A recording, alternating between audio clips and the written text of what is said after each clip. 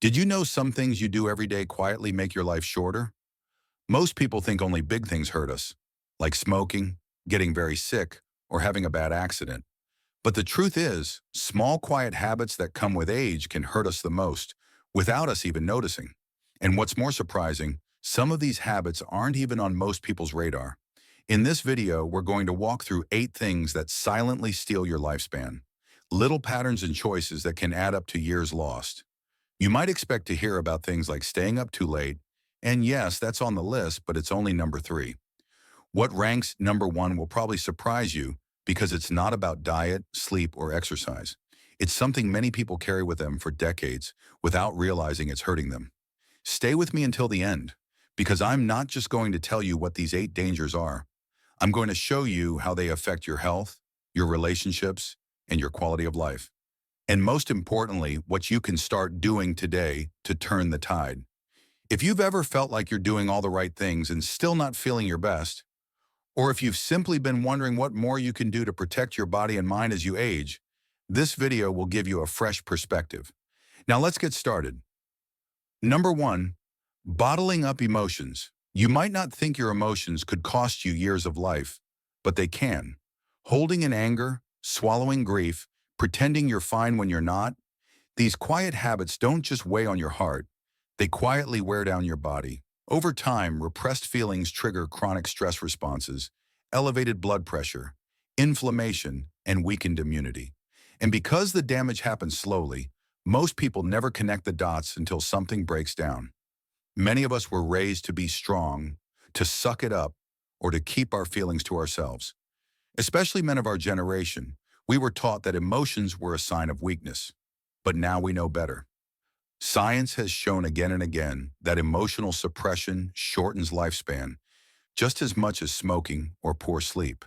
It turns into ulcers, fatigue, heart disease, and memory problems. The brain and the body can only carry so much silence before they start. Speaking for you in symptoms, I remember a man named Alan, 81, who lost his wife after 50 years together.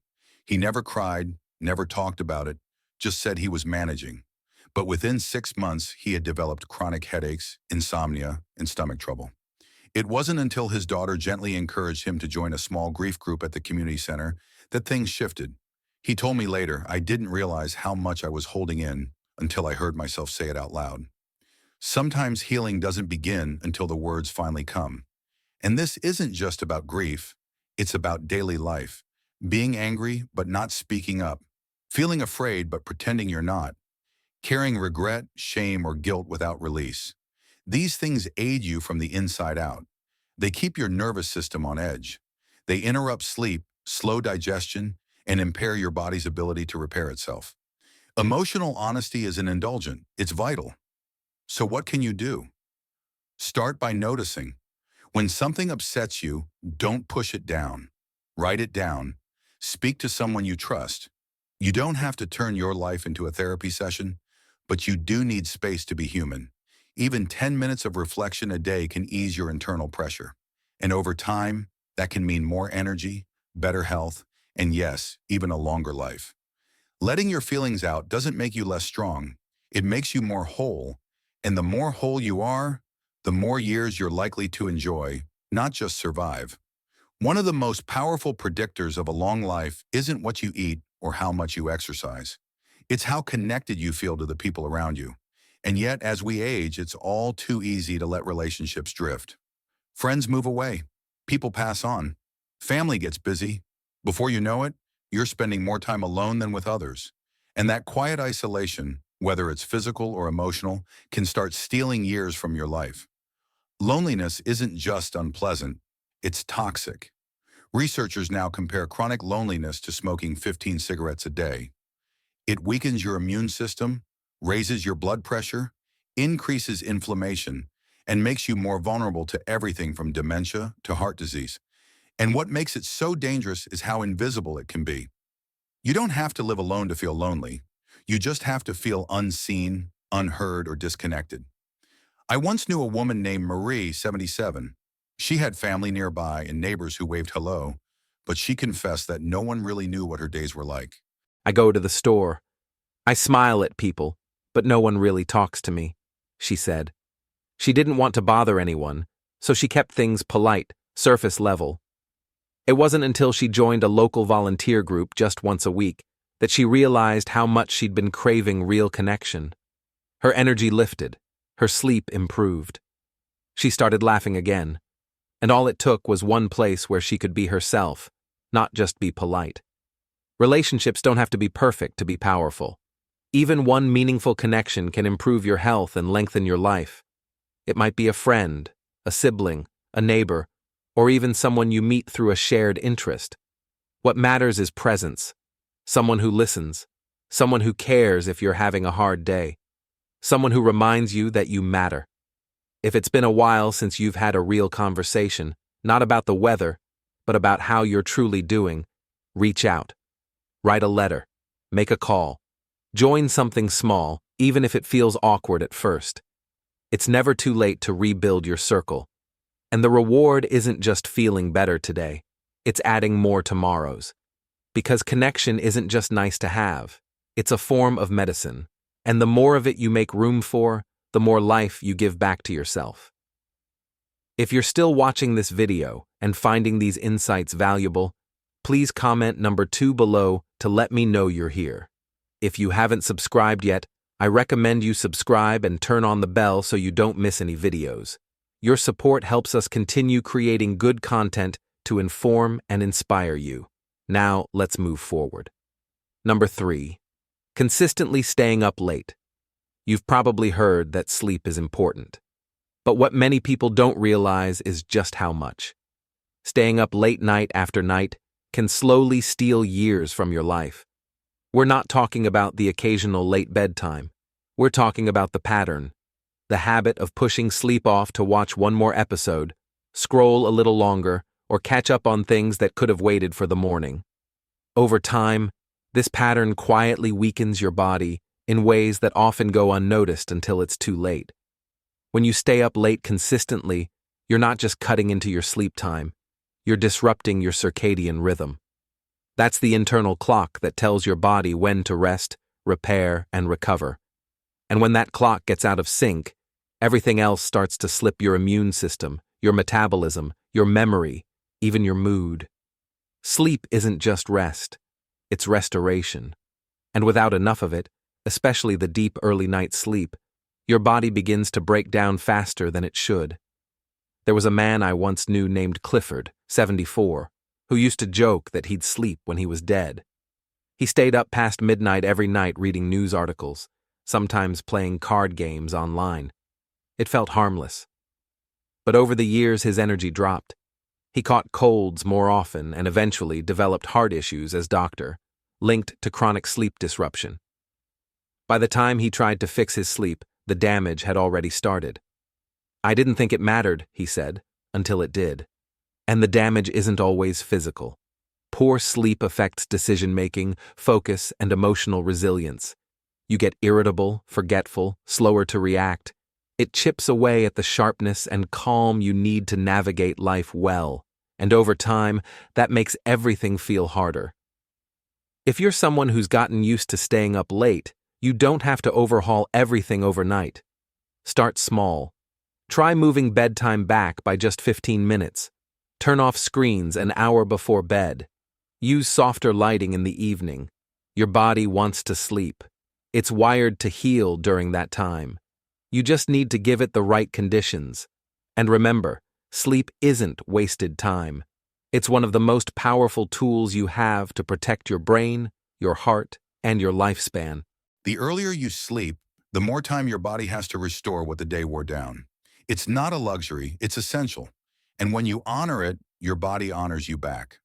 Number 4, skipping regular checkups. Many people reach a certain age and start thinking, I've lived this long, I must be doing something right. And while there's truth in that, it can also become a trap. Skipping your checkups because you feel fine might seem harmless, but that decision could quietly cost you years. By the time you feel something, it may already be advanced. That's what makes this so dangerous. It's not the symptom you notice, it's the silent problem you don't. After 60, your body changes faster than you think. Blood pressure rises more easily. Bones thin. Vision shifts. Certain cancers develop quietly without early warning signs. And while many of these issues are manageable when caught early, they can become life-altering or even life-ending if left undetected. A 10-minute test could make the difference between simple treatment and major intervention. I once met a man named Leonard, 76, who hadn't seen a doctor in over a decade. "I hate hospitals," he said. "I'm not going unless something's broken."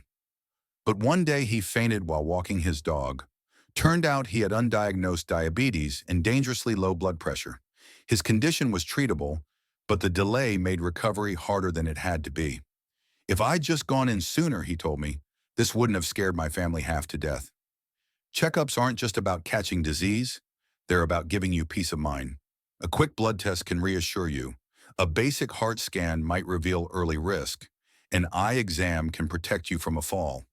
These appointments aren't overreactions, they're acts of self-respect. And they're also an act of love. Because when you take care of your health, you're also taking care of the people who depend on you. Your spouse, your children, your friends.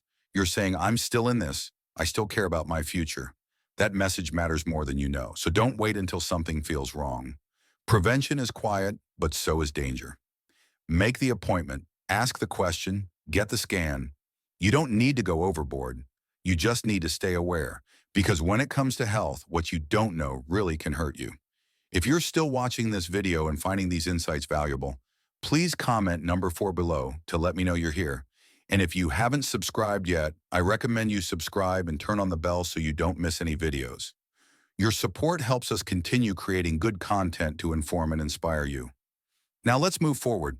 Number 5, sitting too long every day. You might think sitting is harmless, but in truth, too much of it can quietly chip away at your health, like a slow leak you don't notice until the damage is done.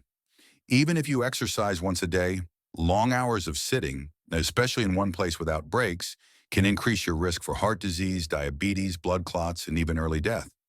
What's worse, you often don't feel the damage until years later. Modern life is built around sitting. We sit to eat, we sit to read, we sit to rest, to watch, to wait. But the human body wasn't built for stillness. It was built for movement. And when your body stays idle too long, your circulation slows, your metabolism drops, and inflammation rises. That combination can silently affect every system in your body, from your brain to your bones. I remember a man named Glenn, 79, who prided himself on doing a daily walk around the block. But outside of that, he spent most of the day in his recliner, watching the news, playing solitaire, dozing off. Over time, his ankles began to swell, his blood sugar crept up, and he felt more sluggish overall. His doctor told him it's not just about the walk, it's about what your body's doing the other 23 hours. The solution doesn't have to be dramatic. You don't need to run marathons or join a gym. Just stand up every hour, stretch your arms, walk around the house, do a few heel raises at the sink. Even light activity can help reactivate your circulation and protect your joints and muscles. These small movements, repeated often, add up to real protection. Also, be mindful of the environments that trap you into stillness. Your favorite chair is comforting, yes, but if it keeps you in one place for hours at a time, it might be quietly stealing your vitality. Make it a rule after every meal. Take a few steps. During TV time, stand during the commercials. Put a reminder on your phone or a sticky note on the wall. Your body needs gentle nudges, and it will thank you for everyone. Staying active isn't about youth. It's about longevity. And the more you move, the longer and stronger your life becomes, not just in years, but in quality. Because movement, no matter how small, is a vote for staying in the game. And it's never too late to start. Number 6, eating while distracted. For most of us, mealtime used to be an event, something you sat down for, focused on, maybe even shared with others. But over time, those lines started to blur. The TV stayed on, phones came to the table, meals became rushed or background to something else. And when that happens often enough, it turns eating into something automatic. And that's where the trouble begins. When you eat without paying attention, your body gets confused. You chew faster, swallow more air, and often eat more than you realize. You don't register fullness properly. You don't taste your food the same way, and you lose the ability to tell what your body actually needs. This mindless eating pattern often leads to weight gain, blood sugar spikes, poor digestion, and long-term metabolic issues. Not because the food is always bad, but because the way you're eating disconnects you from what's happening in your body. I once met a woman named Teresa, 73, who'd gained nearly 20 pounds over the course of 2 years. She didn't eat fast food. She didn't snack constantly, but she had developed the habit of eating her meals in front of the television every day. I don't even remember finishing most of my plates, she said, when she started turning off the TV and eating at the table again. Something changed. She ate slower. She felt full sooner, and she started losing weight without even changing what was on her plate. Mindful eating doesn't have to be complicated. It just means slowing down and being present. Take a moment to look at your food. Smell it. Chew it fully. Put your fork down between bites. Ask yourself if you're still hungry halfway through. These little pauses bring your awareness back and help your body do what it was designed to do, signal when you've had enough. And there's another layer to this. Eating with intention not only helps your physical health, it helps your emotional health. When you give your meals the respect of your full attention, it tells your brain, this matters. I matter. That shift can reduce stress, improve digestion, and make eating feel like nourishment instead of just fuel. So if meals have become something you rush through, reclaim them. Turn off the distractions. Sit down, even if it's just for 10 minutes.